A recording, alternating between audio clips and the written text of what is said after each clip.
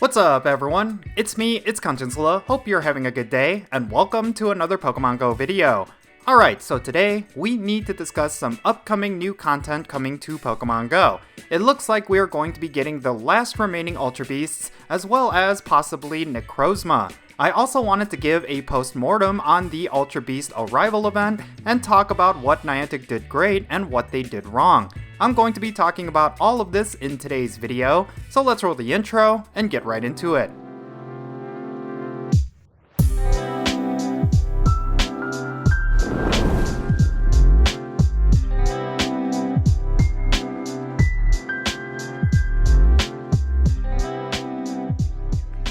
Okay, so over the weekend, we had the Ultra Beast Arrival event in Pokemon GO. This one-day event featured every single Ultra Beast that we've had in Pokemon GO up until now. Yet, after the event ended, Niantic teased that this would not be the end of the Ultra Beasts, and even more of them would start appearing in Pokemon GO really soon. As of right now, the remaining Ultra Beasts that have not yet been released into the game include Poipole, Naganadel, Stakataka, and Blacephalon. All four of these Ultra Beasts were teased through those really awesome found footage videos, and it looks like we'll be getting them soon. Niantic also gave a brief teaser to the legendary Pokemon Necrozma, which a lot of players are anticipating. Needless to say, the future of raids is looking really good. Now, going back to the Ultra Beast Arrival event, I had a few thoughts I wanted to share after participating in it. I actually had a lot of fun during this event, yet I really feel like because Niantic didn't add any good bundle boxes in the Pokeshop with a high amount of raid passes, much of that fun was severely limited. I ended up playing for maybe just the first couple of hours. I didn't have too many premium raid passes or remote raid passes in my inventory, and I didn't want to purchase any more of them. Thus, I think I did a total of about 12 Ultra Beast raids, with 9 of them being in person. The experience during those 12 raids was actually very positive. I was extremely lucky this time around, and was able to pick up a 100% IV Kartana, which is one of the Ultra Beast hundos that I really wanted. I'm really disappointed that Niantic didn't give us a good bundle box to purchase for this particular event.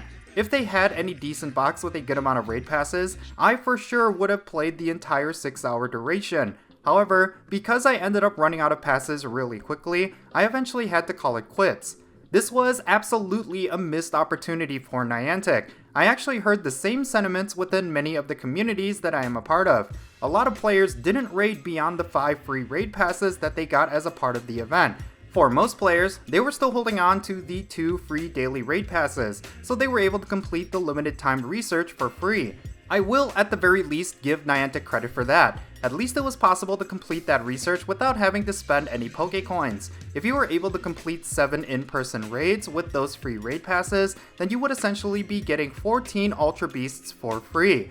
Even though Niantic has not been consumer friendly as of late, I will say that this was probably the most consumer friendly thing that they've done all year. On top of that, this raid day felt extremely rewarding for a variety of different reasons. If you were able to participate in mostly in-person raids, you probably accumulated a bunch of Rare Candy XL, assuming that you are at least level 40. I really like this part of the event. This is one resource that is extremely difficult to farm up, so I did like that Niantic guaranteed at least one of them per in-person raid. I would honestly like to see them do that a lot more, especially now that more players are reaching the max trainer level. I also really like that we were able to use Beast Balls as well. There was little to no stress during this event. Especially for me, the fact that I encountered a 100% perfect IV Kartana, I didn't have to worry about whether or not it would run away, considering just how difficult it is to get an excellent curveball throw on it. Beast Balls also allowed players to collect more candy than they typically would have.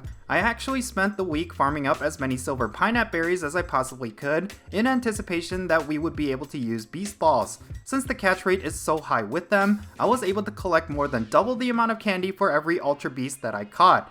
That was a pretty big deal since the amount of raids I could do was severely limited. Most of the Ultra Beasts that I raided were Kartana, Guzzlord, and Buzzwole. I wanted to farm up as much candy as possible for these particular Ultra Beasts, and I was glad that at least Kartana and Guzzlord could be completed with a minimal amount of trainers. That, compounded with the fact that we could use Beast Balls, really created a positive, stress-free experience. But again, I think the only thing that held this event back was the lack of good bundle boxes. If there were any good boxes in the Pokeshop with a good amount of premium raid passes, then for sure I would have done 30, 40, maybe even 50 more raids during this event, and that would have been a good amount of revenue and engagement that Niantic would have got from me.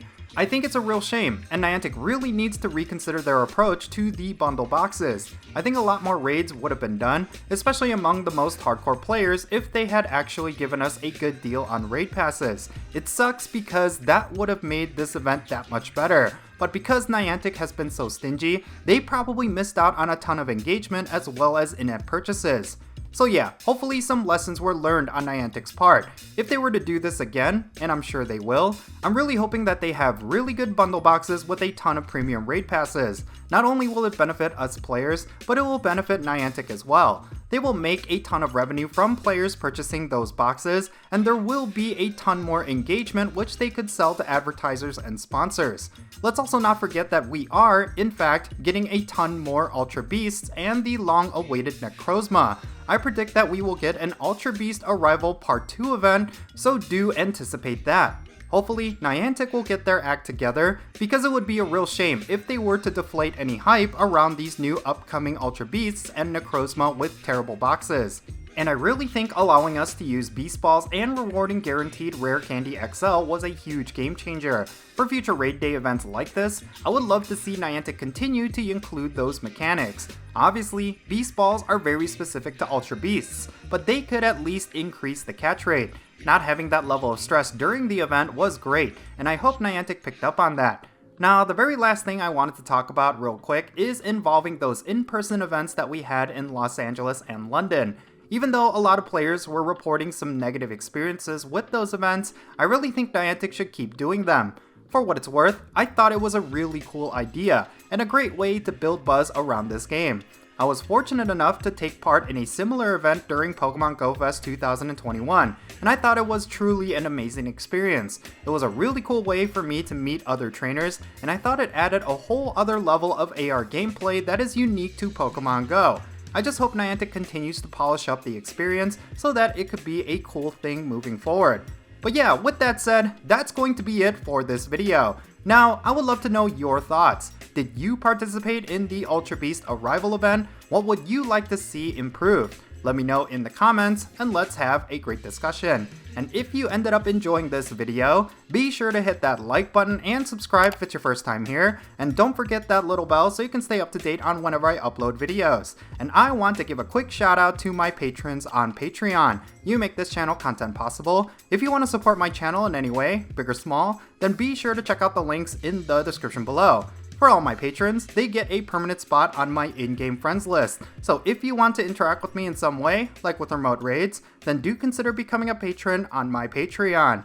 But yeah, that's going to be it. I'm Jinsula. Be safe, have fun, love yourself, and I'll catch you all later.